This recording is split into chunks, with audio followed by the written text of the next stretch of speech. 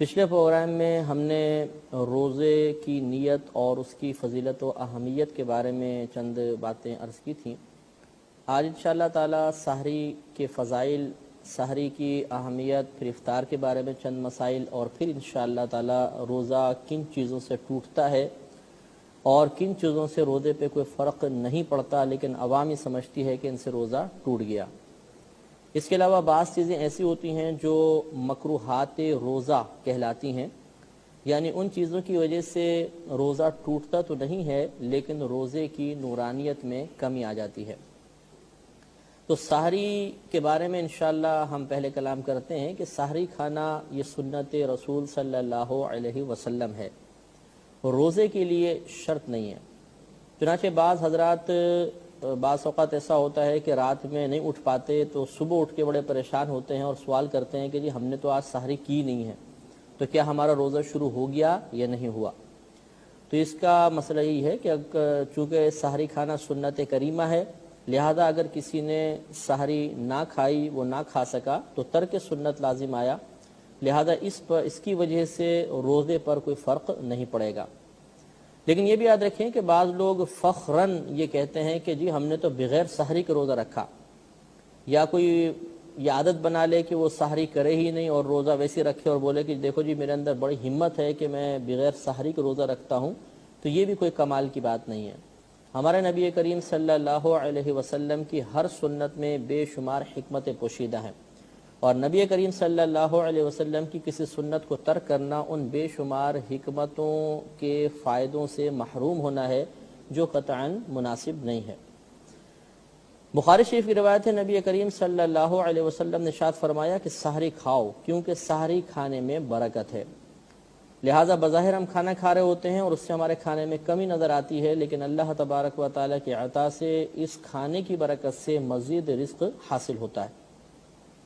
طبرانی کی روایت ہے، نبی کریم صلی اللہ علیہ وسلم ارشاد فرماتے ہیں کہ سحری کھانے والوں پر اللہ تبارک و تعالی اور اس کے فرشتے درود بھیجتے ہیں۔ یاد رکھیے کہ درود کی نسبت جب اللہ تبارک و تعالی کی جانب کی جائے تو اس سے مراد ہوتا ہے رحمت کا نازل فرمانا، اور جب فرشتوں کی طرف اسے منسوب کیا جائے اور یوں کہیں کہ فرشتے درود پڑھتے ہیں یا بھیجتے ہیں، اس کا مطلب ہوتا ہے دعائے مغفرت کرنا۔ لہذا طبرانی کی اس حدیث کا مطلب یہ ہوگا کہ جب کوئی شخص سحری کھاتا ہے تو اللہ تبارک و تعالی اس پر اپنی رحمت نازل فرماتا ہے اور فرشتے اس کے لیے دعائے مغفرت کرتے ہیں۔ اور ایک روایت میں ہے کہ نبی کریم صلی اللہ علیہ وسلم سحری تناول فرما رہے تھے تو ایک صحابی تشریف لائے، نبی کریم صلی اللہ علیہ وسلم نے انہیں ملاحظہ فرمایا تو ارشاد فرمایا کہ سحری کھانا کبھی ترک نہ کرنا، کیونکہ یہ اللہ تبارک و تعالی کی طرف سے برکت ہے، اس برکت کو ضائع نہ کرنا۔ تو یہ نسائی شریف کی روایت ہے۔ اس سے بھی معلوم ہوا کہ نبی کریم صلی اللہ علیہ وسلم کی اس سنت کی تکمیل میں بہت سے فائدے پوشیدہ ہیں، لہٰذا ان سے محروم ہونا مناسب نہیں ہوتا۔ اور طبرانی کبیر کی روایت میں ہے کہ نبی کریم صلی اللہ علیہ وسلم نے ارشاد فرمایا کہ 3 اشخاص کے کھانے پر اللہ تبارک و تعالی کوئی حساب نہیں لے گا۔ ایک روزہ دار، یعنی جب وہ افطار کے وقت کھائے، دوسرا سحری کھانے والا، اور تیسرا سرحد پر گھوڑا باندھنے والا، یعنی جو اپنے ملک کی حفاظت کی خاطر سرحد پر متعین ہو۔ یہ بہت ہی افضل عبادت ہوتی ہے اور اللہ تبارک و تعالی اس شخص کے کھانے پینے کا کوئی حساب و کتاب نہیں لے گا۔ لہذا معلوم ہوا کہ سحری اور افطار میں اگر کوتاہی کی تو ہم ان برکات سے محروم رہ جائیں گے، اور ان کے علاوہ کھائیں گے تو لازم اس کھانے کا حساب ہوگا، لیکن سحری اور افطار میں کھانے کا حساب نہیں ہے۔ لیکن اس کا ہرگز مطلب یہ نہیں ہے کہ اب چونکہ حساب و کتاب نہیں ہوگا تو خوب زبردست قسم کا کھائیں اور پئیں، چاہے مطلب یہ کہ بدہضمی ہو جائے، اور جو روزے کی حقیقتاً نورانیت ہے، جو کمزوری، ضعف اور بھوک کے کثرت کے ساتھ لگنے کی وجہ سے پیدا ہوتی ہے، اس سے ہم محروم ہو جائیں، یہ مناسب نہیں ہے۔ بلکہ علماء کرام نے ارشاد فرمایا کہ سحری میں انسان اتنا کھائے کہ تھوڑا بھوک باقی رہے، تاکہ روزے کی جو شدت ہے، روزے کی بھوک کی سختی ہے، وہ محسوس ہو، اس سے نفس مغلوب ہوتا ہے۔ اسی طرح افطار میں بھی ہمیں کوشش کرنی چاہیے کہ اتنا ہی کھائیں جتنا معدہ برداشت کر سکتا ہے، بہت ہی زیادہ کھانا کوئی کمال نہیں ہے، کم کھائیں اور مناسب کھائیں تو انشاءاللہ تعالی برکت بھی زیادہ ہوگی اور انسان بیماریوں سے محفوظ رہے گا۔ یاد رکھیے کہ سحری کھانا جیسے بتایا سنت کریمہ ہے اور اس میں تاخیر کرنا مستحب ہے۔ تاخیر کرنا مستحب کا مطلب یہ ہے کہ جیسے ہمارے ہاں عام رواج ہے کہ ہم رات کے آخری حصے میں اٹھ کر پھر کھانا کھاتے ہیں، تو یہ تاخیر کرنا مستحب ہے۔ ورنہ اگر کوئی رات میں بھی سحری کرے، مثلا 12 بجے 1 بجے کھانا کھا لے روزے کی نیت سے اور پھر اس کے بعد سو جائے، چاہے اب صبح جاگے یا نہ جاگے، تو یہ بھی کھانا سحری ہی کہلائے گا۔ لیکن دیر کرنا مستحب ہے، جیسے آج کل مسلمانوں میں رائج ہے کہ ہم فجر سے پہلے اٹھتے ہیں اور پھر کھا پی کر آرام سے روزہ بند کرتے ہیں، تو یہ تاخیر کرنا مستحب ہوتا ہے۔ لیکن اتنی دیر کرنا کہ صبح ہونے کا گمان ہو، شک پیدا ہو جائے، یہ ممنوع ہوتا ہے۔ لہذا ہمیں چاہیے کہ روزہ بند کرنے اور کھولنے کے جو چارٹ وغیرہ ہوتے ہیں یہ اپنے گھر میں نمایاں مقام پہ لگا کر رکھیں۔ ویسے بھی آج کل میڈیا پر کثرت کے ساتھ تقریباً بار بار اس کا اعلان ہوتا رہتا ہے کہ سحری بند ہونے کا وقت کیا ہے، روزہ افطار کرنے کا وقت کیا ہے، تو اس کو بھی اچھی طرح نوٹ کر کے رکھیں اور روزہ بند ہونے سے 5-7 منٹ پہلے ہی بالکل مکمل طور پہ فارغ ہو کر پیسٹ وغیرہ کر کے ہم فارغ ہو جائیں، بالکل یہ مناسب ہوتا ہے۔ اور اگر ہم آخر تک کھاتے رہیں گے تو یہ تاخیر اب مستحب نہیں رہے گی، کیونکہ اس میں اب یہ شک پیدا ہو جائے گا کہ شاید فجر طلوع ہو گئی ہے، اس لیے اس کا ذرا دھیان رکھنا چاہیے۔ ایک بہت ہی اہم مسئلے کی طرف میں آپ کی توجہ کرانا چاہوں گا، اور تقریباً ہر سال اس مسئلے کو بڑی تفصیل کے ساتھ ہم بیان کرنے کی کوشش کرتے ہیں، آپ بھی اس کو غور سے سماعت فرمائیں۔ ہمارے عوام میں سے اکثریت کا یہ ذہن ہے کہ شاید اذان کے دوران کھانا پینا جائز ہے، یعنی جب فجر کی اذان ہو رہی ہو تو اس وقت بھی ہم کھا سکتے ہیں، جب تک اذان ختم نہ ہو جائے سحری کا وقت ختم نہیں ہوتا۔ تو وہ ہوتا یہ ہے کہ اذان ہو رہی ہوتی ہے اور گھر میں شور مچا ہوتا ہے کہ جلدی سے چائے پی لو، سگریٹ پی لو، پانی پی لو، اذان ہو رہی ہے اور پھر اس کے بعد ہم روزہ بند کر دیں گے۔ بلکہ بعض اوقات تو یہاں تک سنا گیا ہے کہ کہتے ہیں کہ ابھی اس مسجد کی اذان ہوئی ہے، اس مسجد کی باقی ہے، جلدی جلدی کھا پی لو، اور پھر روزے کے دوران کھاتے پیتے رہتے ہیں، اور ان بیچاروں کو یہ معلوم نہیں ہوتا کہ اس طرح کھانے پینے سے، یعنی اذان کے دوران کھانے پینے سے روزہ ٹوٹ جاتا ہے۔ اب شاید آپ بھی حیران ہوں گے کہ اس سے روزہ کیسے ٹوٹ جاتا ہے، ہم تو ایسے ہی کرتے چلے آئے ہیں، تو میں آپ کو سمجھاتا ہوں۔ دیکھیں مسئلہ یہ ہوتا ہے کہ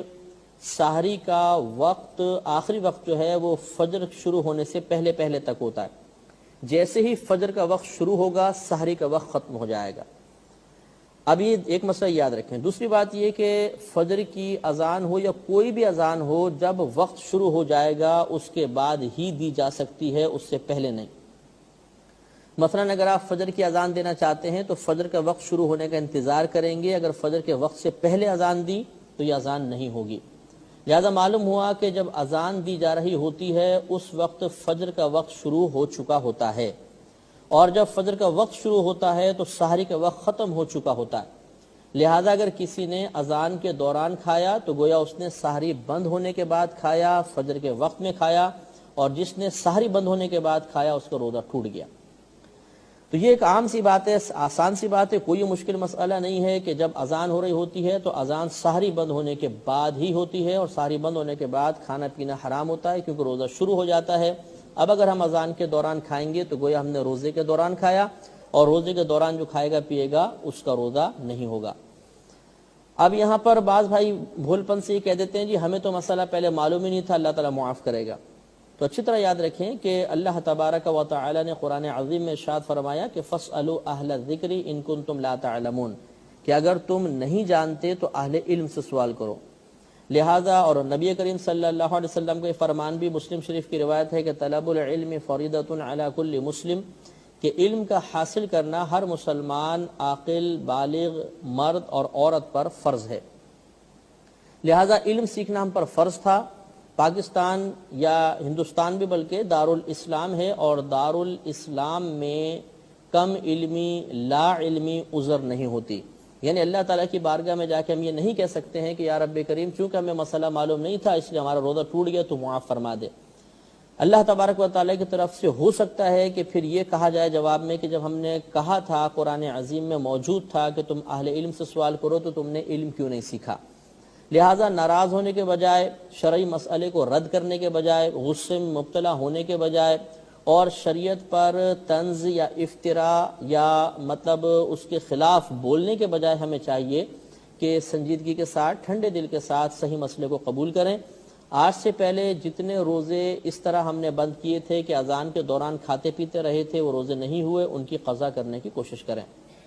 لیکن جیسے کہ ہم آگے پوری تفصیل کے ساتھ بتائیں گے کہ اگر کسی نے اذان کے دوران کھاتے پیتے روزہ توڑ دیا تو اس پر صرف قضا ہوتی ہے، کفارہ نہیں ہوتا۔ لہذا آپ یاد کریں، جتنی سابقہ زندگی میں ایسے روزے ہیں ان کا ایک حساب کر لیجئے، اور پھر آئندہ زندگی میں اس رمضان کے گزرنے کے بعد پھر آپ آہستہ آہستہ ہفتے میں 1 یا 2 یا مہینے میں 4-5 روزے اس طرح کر کے ان تمام روزوں کی قضا ادا فرمائیں۔ تو خلاصہ کلام یہ ہے کہ روزہ بند ہونے کا دار و مدار اذان پر نہیں ہوتا، روزہ بند ہونے کا دار و مدار اس وقت پر ہے جس وقت، جو وقت ہمیں بتا رہا ہے کہ اب سحری ختم ہو گئی ہے۔ لہٰذا اپنے گھر میں کسی مستند ادارے کا، دارالعلوم کا آپ نقشہ رکھیں جس میں ٹائمنگز وغیرہ لکھی ہوں، اور جیسے ہی فجر کے وقت شروع ہو، یعنی جیسے مثال کے طور پر 5:25 بالفرض یہ وقت اگر ہے تو آپ اس سے پہلے 5-7 منٹ پہلے کلی وغیرہ کر کے فارغ ہو جائیں، اور اگر بالفرض آپ کی دیر سے آنکھ کھلی ہے، سحری کا وقت بہت مختصر سا باقی ہے، تب بھی آپ کو یہ احتیاط ضرور کرنی ہوگی کہ اس سحری کے ختم ہونے کے وقت سے پہلے کلی وغیرہ کر کے فارغ ہو جائیں۔ اب ہم افطار کے بارے میں چند کلام کریں گے۔ افطار کے بارے میں ایک بات تو یاد رکھیے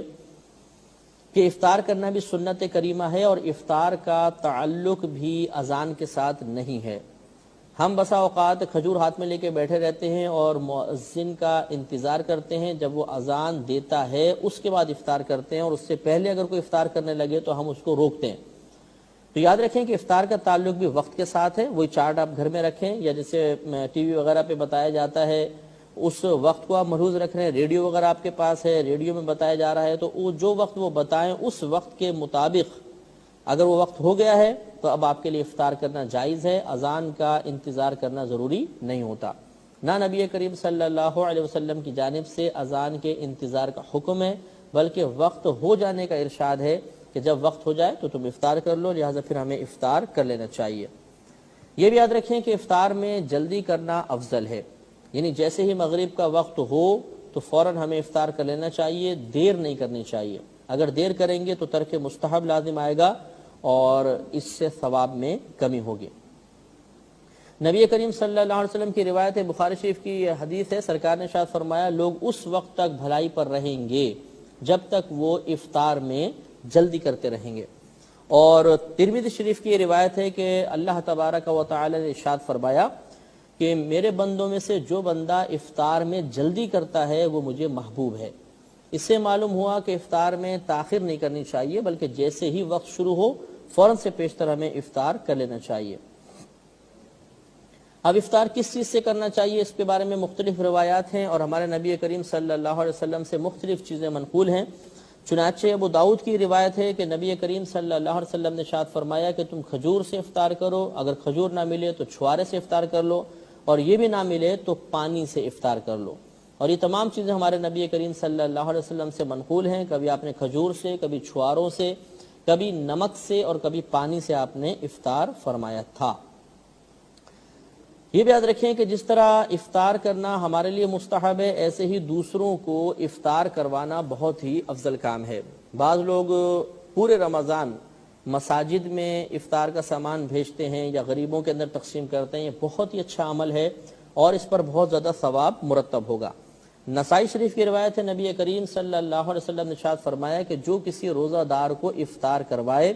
تو اللہ تبارک و تعالی اس روزہ دار کو اتنا ہی ثواب عطا فرمائے گا جتنا اس روزہ رکھنے والے کو۔ گویا کہ اگر ہم نے خود بھی روزہ رکھا، کسی اور کو افطار کروا دیا تو انشاءاللہ عز و جل ہمیں 2 روزوں کا ثواب ملے گا، ایک اپنے روزے کا، ایک سامنے والے افطار جس کو ہم نے کروایا اس شخص کے روزے کا ثواب بھی ہمیں حاصل ہوگا۔ لہذا یہ بھی یاد رکھیں کہ افطار کروانے کے لیے پیٹ بھر کر کھلانا ضروری نہیں ہوتا، بلکہ آپ اگر ایک کھجور کے ذریعے افطار کروا دیں یہ بھی بہت بڑی بات ہے۔ تو اگر آپ مثال کے طور پہ جب اگر آپ کو استطاعت ہو تو 8-10 کھجوریں آپ لیں اور مسجد میں یا کہیں پر محلے میں یا کوئی دوست احباب ہوں تو ان کو یہ ریکویسٹ کر لیں کہ بھئی آپ میری کھجور سے افطار